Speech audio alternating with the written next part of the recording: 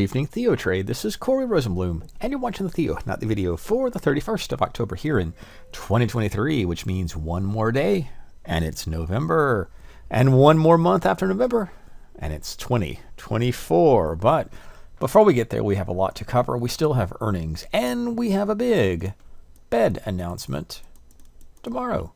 We at TheoTRADE call that a Fed day. And the Fed's not expected to raise rates. In fact, let's start there. And in the rest of the video, we'll talk about some earnings coming up, a big one, and scanning for new stocks making highs or lows. But let's start with the Federal Reserve. What will happen tomorrow, November 1st? Well, the Federal Reserve will not raise rates tomorrow, nor will they lower rates. They'll keep the target rate, the Fed funds rate, let's just cut straight to the chase, at about 5.25%. That's how to read it. The current Fed funds rate, 5.25%, roughly, and that is where it will stay by the end of the session, meaning no change in interest rates. But what might that say about the market? That's expected. We've seen that before just about every time, not every time, but just about. The Fed funds tool, or the watch tool, the probability tool here, is correct. We expect it to be correct tomorrow. But what will the Fed say about the following? Inflation. Is it a little too high? And we know that it is. It actually turned down earlier in the year and has spiked back up. So inflation is on the concern of the Fed and all of us here. But to what extent? Is it picking to the upside? If inflation is picking up, and they say so, that means they probably will raise rates, and that's going to be net negative for the equity market. Would they perhaps say inflation is a little higher than expected, but coming down? Well, that could be net neutral or perhaps even bullish for equities. The other thing we're going to be looking at is the strength of the economy. And what might that be? We saw the GDP, our gross domestic product, come in about 4.9%. There is no recession. There is no bear market with a growing GDP at that rate. And unemployment, some little strides there, a little more positive surprises on the jobs front. But again, we are in bizarro or backwards world. Good economic news, and that certainly is good economic news, might not be good for equity prices. Because again, good economic news ties right in with inflation.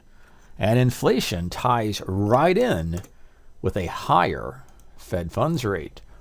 Let's actually start there, because a lot of what happens in tomorrow's session will be down to what the Fed says about inflation and the state of the economy and perhaps the jobs market. Let's start here. This is the 10-year Treasury note yield. What does this mean? Just like the Fed funds rate, it's priced with a little bit of a nuance. So 10 actually is 1% for the 10-year Treasury note yield. 20 is actually 2%. We're looking at TNX here in thinkorswim. 30 is 3%, and so on. And something I've brought up in my sessions is that it can take a little bit of time for the yield to get into that 2% level. And we do tend to stall, but once we break, the yield tends to go very quickly to the upside. And the last time we saw 3% was the middle of 2022. That was your inflation pain train, as I called it. That just meant inflation's going up. The Fed's raising rates. Higher rates are going to bring pain to multiple sectors and the economy, and it did, for the recession of 2022. So once the yield broke that 3% level, it rapidly traded to 4%. And that's where we stayed for the bulk of 2023. Again, we thought that the Fed funds rate, about 5%, could be terminal. Terminal just means the end. But inflation, as it declined, picked back up mid-year. And that's where we are right now as we get into November. Inflation picked back up. The Fed funds rate went a little higher than 5%. And the yield on the 10-year Treasury note broke 4%, rapidly went to where we are currently at 5%. Why does this matter? On the flip side is the bond market. So think about that as when the market hit, or the yield hit that key pivot point, those round numbers as we call them, it stalled and then broke hard. It stalled and then broke hard. It stalled and then broke hard. So we still continue to see a downtrend or weaker prices in the bond market, and that's higher prices in yield. That's where we're all going to be watching on the Fed and what they say tomorrow. So while bond prices have continued the downtrend and yields have continued the uptrend, the U.S. equity market has continued, or at least has maintained, a relatively wide but nonetheless sideways trading range. That was our bear market. I do not think this is a bull market. It is a little more sideways market with the economy and with the stock market. So the S&P is right in the middle of where it was about a year ago, really about the same price, a little bit lower than that, where we saw that in 2022 in the middle of the bear market. Now, in my sessions, I've been highlighting how I think the Dow, without the monsters of tech, not the Nasdaq, because it has been strong, but that strength is concentrated in about 6 stocks, one of which is Apple, and of course the others would be things like Nvidia and Amazon, Google, and the like. But those are just a small number of stocks in a broad index. So I think the Dow, even though some of the stocks are in there, is not market cap weighted. This is a little better way to see the economy and to see the stock market as we are at the middle, toward the end actually, of 2023, which is flat, meandering, neither bullish nor bearish. And the Russell would show the same picture, although at a little bit lower levels. And that Russell's about the 1650 to about 2000. Going a little bit beyond that, let's actually pull to the weekly perspective of gold. Gold is in a very well-defined trading range, that being about 2000 at the top and about 1650, 1700 per ounce of gold at the lower bound. And that puts a potential heat or a potential overhead resistance, maybe a short position or a short play into the remainder of the year for gold. That would be similar within GLD or other stocks that would correspond with anything to do with these precious metals, perhaps silver as well. But there is a well-defined trading range for the GLD. That's about 185 and about 160. That puts the midpoint or the middle around that 173. Pull that back to the daily chart, and we have, let's actually go back a little bit beyond 1 year.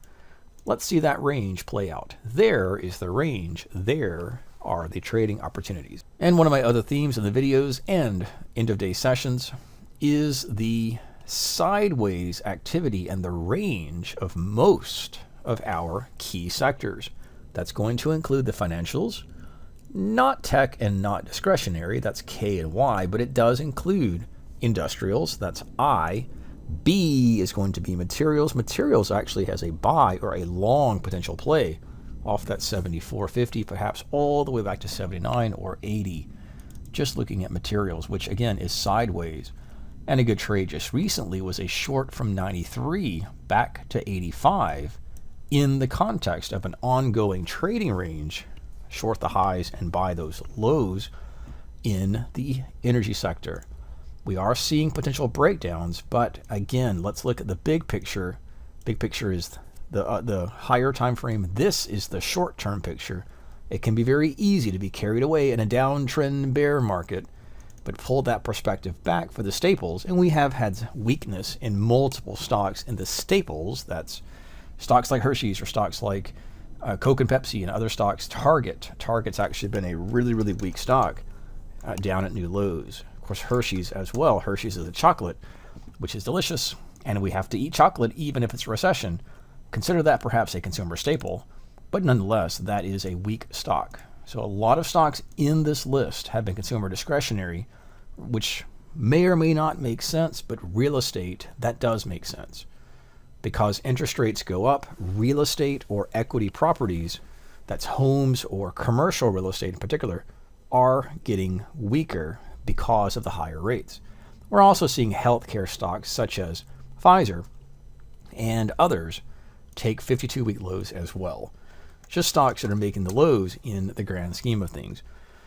So Pfizer and Bristol Myers Squibb, that's PFE, Bristol Myers Squibb is BMY, which has another 52-week low. And these are the stocks in today's session that made those lows. American Airlines, which is going to be and love Southwest Airline, as gas goes up or as inflation goes up, yields go up, and we see those, potentially those airline companies down trending in that environment. So before we go with the end of the video, we had Caterpillar, which had earnings, which is, again, coming back inside of its trading range. Amgen up about 2%. Pfizer unchanged, making a new 52-week low. We have AMD after the bell.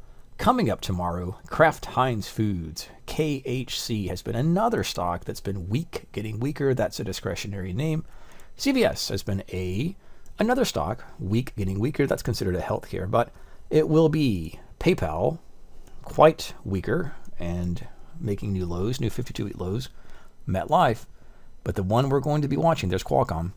We'll have Starbucks, Eli Lilly, ConocoPhillips. You see it, I see it. It's Apple. Apple will have earnings in the latter part of the week, and we'll cover that as we go through our sessions and comments here in TheoTRADE. As always, be careful and safe. This is Corey Rosenlund with the Night's Theo video update for October 31st, 2023.